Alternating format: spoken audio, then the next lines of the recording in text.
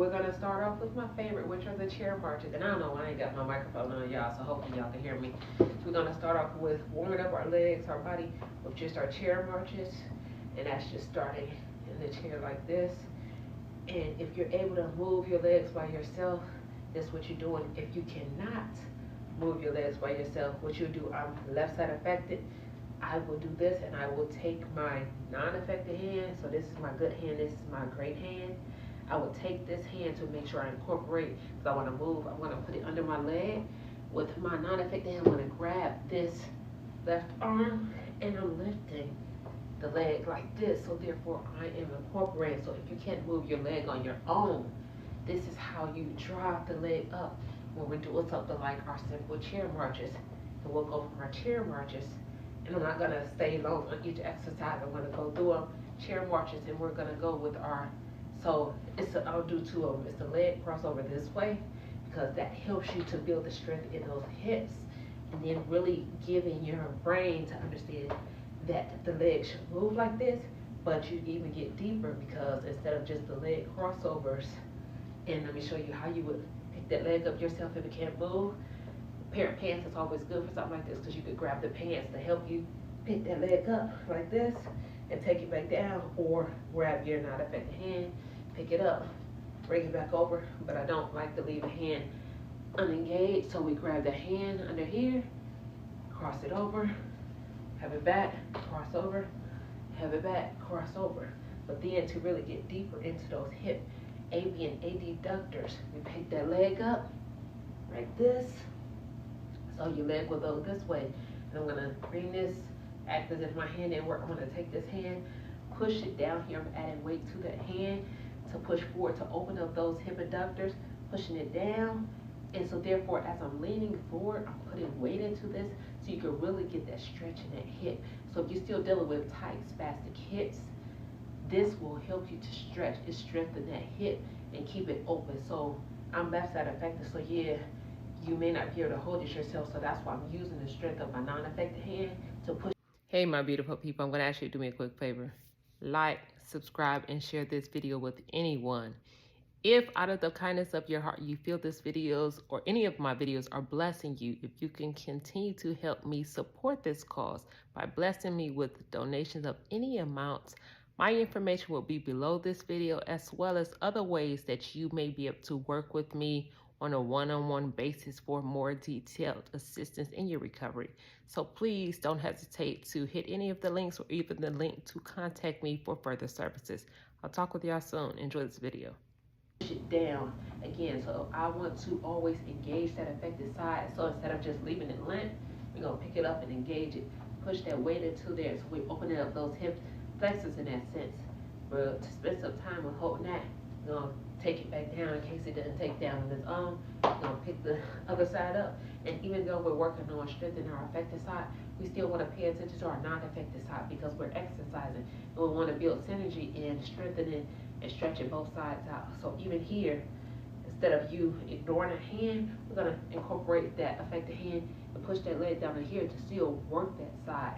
So we'll do this right here, doing this back and forth to get that in, get a deeper stretch in on that side. And so say for instance, I remember when I used to do this, my foot would slip off because then it'd stay on. So I want y'all to pay attention. When you're doing this, you can even hold this foot in place so it's not slipping off like that. So hold this foot in place to help you keep it engaged. And this hand right here might even slip down. You pick that hand back up, push it in, and I'm leaning forward. So it's also helping me to kind of lock it in place. So we're gonna do that. And then while you're in this chair, I wanna protect it. Say for instance, I'm left side affected. So to make sure you incorporate, you may have a chair that has, what do you call it, handles on it. So you can do that, or I would take this hand, place it on the wall like such. I'm gonna push against the wall, but I'm gonna use this hand to give myself balance to help me stand up out of the chair. That's another thing. So standing up, and I'm using this to help me push myself up to protect myself when I'm doing a chair squat. Another one to recognize when you're doing like a chair squat, if you're still dealing with foot drop in a sense. Some people say they can't get up out of a chair without their foot sliding or moving. So what I want you to do, I was great for doing this, taking my non-affected leg. I'm gonna step on this foot, literally put that weight on this foot, and we're going to, and really, I'm doing this funky, y'all. I want you to protect yourself when you do it, because I always want to incorporate that hand. So you might be in a situation where you're taking the time to push up here because we're stepping on that foot, your body goes to the butterfly, your arm is likely gonna do this on you. So to incorporate that arm, so instead of it just doing this for you, what I want you to do is we can do one of these. Push it down in here. So now the weight of my right side is holding this down. The weight of my right leg is holding my left foot down. So now, and because your non-affected side is a lot stronger, where you're holding the hand down, still sitting in my chair, holding that foot down, and we're pushing up like this. So it's gonna take you longer because you gotta slow it down to make sure you're protected, to make sure the chair is behind you. And then another thing, to protect yourself, instead of just free standing in the chair like this, you will put this chair up against the wall to make sure it's not sliding back and forth. And I have a lot more balance, so I don't have to worry about me pushing the chair back, but I want you to make sure y'all protected. So push the chair up against the wall while you're standing up and doing these motions to help yourself get through that. So that's the chair, that's the lower part that I want to work on. Oh, I'll show you another one for the foot. Make sure you can see me.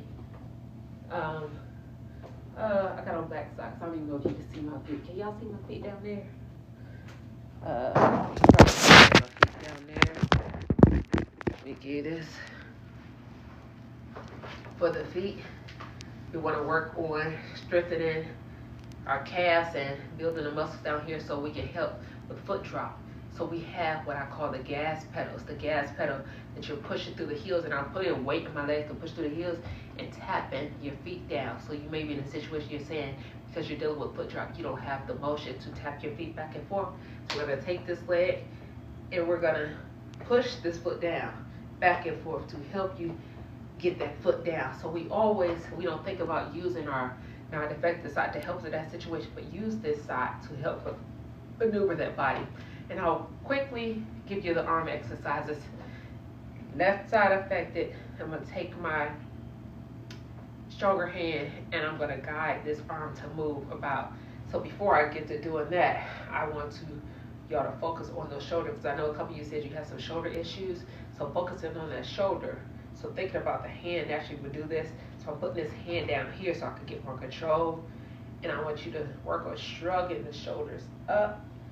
And if you're in a situation because you still may not have full feeling on your affected side, over shrug. So really, you're gonna over push yourself to get that arm moving. And the reality is, I pay attention. I always say do things in front of a mirror so that you can see what you're doing, because if you don't have the feeling, you can't tell that side is moving. But if you're recording yourself on a camera, you can see that yourself in the camera. And I move closer, you can see yourself in the camera to see if the body part is actually moving. So now the camera will show you that we're shrugging the shoulders higher. So we're going to shrug this up just to get warm up that area, to get some blood flow to the surface before we get to moving those arms. And now I still have my stronger hand on this arm, and I'm going to begin to move it. And when you start to move it, it might be really tight for you because your body's not used to moving like that. So we're going to do this multiple times. I'm going to say we might do this 12 times or more. I'm not going to do all of them on here for purposes of to get through this call, through this this live, and go from here. Then I'm going to start taking it across the body. And so what we're doing right now is we're warming up the body, so therefore I can begin to take it up overhead. So we're doing this, and as I'm doing this, I'm bringing the blood flow. Understand, I know some of your arm don't move on your own. I'm literally taking the strength of my non-affected arm and I'm moving it. So I don't want you to get discouraged to say, oh, well, my arm doesn't move like yours. So your arm may not be moving as fast, but we're going to take the strength of the other one. And what I understand, when you're taking the strength of this one, that arm gets tired too, but I want y'all to keep pushing yourself to work through it. And over time, what happens is, after blood flow gets in that arm, you'll be able to start moving that arm up higher. My favorite exercise, guys, is to kiss the bicep. Kiss the bicep is literally bringing the arm to the bicep And that's what we're doing. Kissing the bicep, because that kiss the bicep, we're not only working that arm, but it's getting that scapular. So if you're dealing with that subscapular, getting that wall up and bring it back down, we're forcing it backwards, driving it back forward. So you may not be able to get that arm straight. So even if it's bent,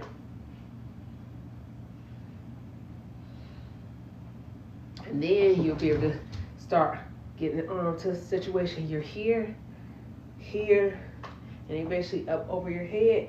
Up over the head, I know, is a lot harder because you're dealing with that scapular wall and those shoulders and their arms getting tired and tight. You get to this point, I'm gonna take this arm, I'm gonna lock it into the head like this. So for my ladies that got hair and nails, when I would lock the arm up in here and I would try to let go, my affected hand would grab and pull my hair. So I want y'all to pay attention to make sure you get that hand under control, that it's not pulling your hair. Honey, I've done that plenty of times. And what you're doing when you're doing this situation, I'm locking this in, so I'm stretching out the shoulder. I'm stretching that shoulder out. And then I'm gonna pull down towards this way to get a deeper stretch in on that side. So it's just about, you can take it down, start over, because it's definitely likely tight. Bring it back up, behind the head, pull it back over, and just go through those motions. So wanted to make sure I gave you some exercise movements that you could do to work on strengthening your body as you're working on it healing.